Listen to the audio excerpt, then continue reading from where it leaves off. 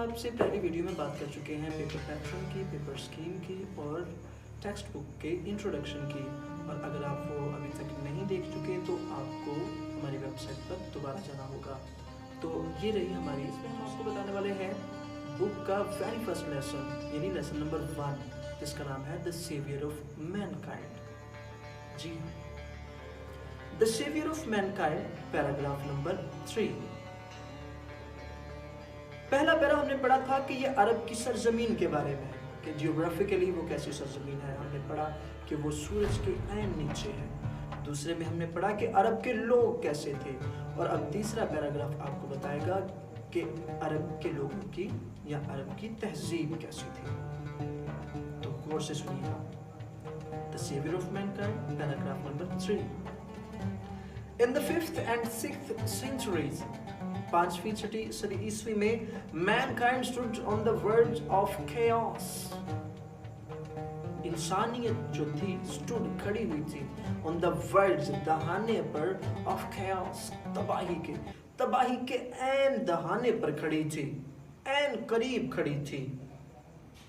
It seemed، یوں لگتا تھا that the civilization، کہ وہ تہذیب which had taken، جو لے چکی تھی 4000 years، غالباً 4000 سال۔ یوں لگتا تھا وہ تہذیب جس نے پنپنے میں to grow، یعنی پنپنے میں 4000 سال لیے had started crumbling، اب وہ لڑکھڑانا شروع ہو گئی تھی، تھرتھرانا شروع ہو گئی تھی۔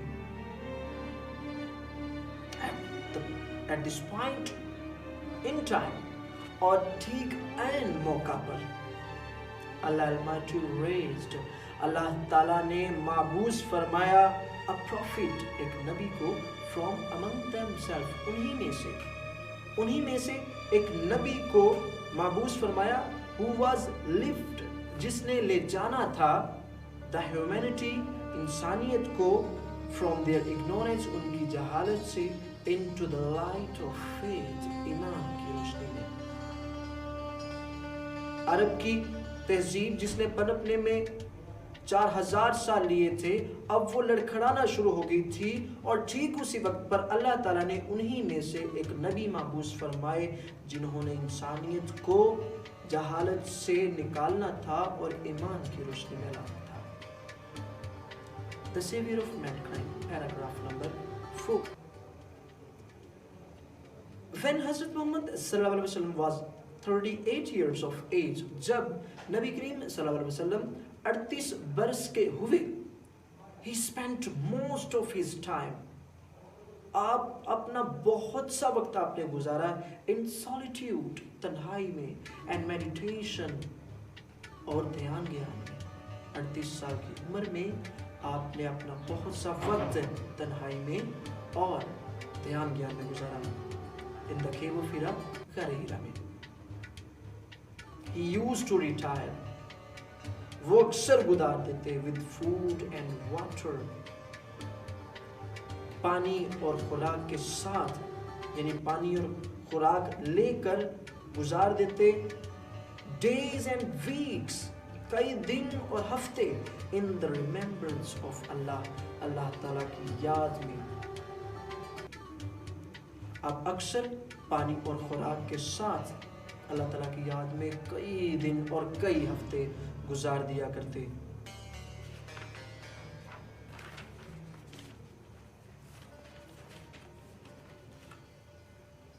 پانچواں paragraph, The Savior of Mankind۔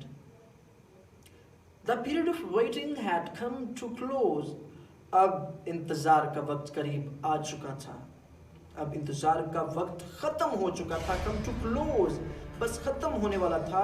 and his heart was overflowing، اور آپ کا جو دل تھا وہ چھلک رہا تھا compassion، ہمدردی کے لیے، ہمدردی سے for humanity، انسانیت کے لیے، اور آپ کا جو دل تھا انسانیت کے لیے ہمدردی سے لبریز ہو چکا تھا۔ he had a pressing urge، آپ شدید خواہش رکھتے تھے to eradicate، خاتمے کے لیے، کس چیز کے خاتمے کے لیے؟ آپ شدید خواہش رکھتے تھے کس چیز کے خاتمے کے لیے؟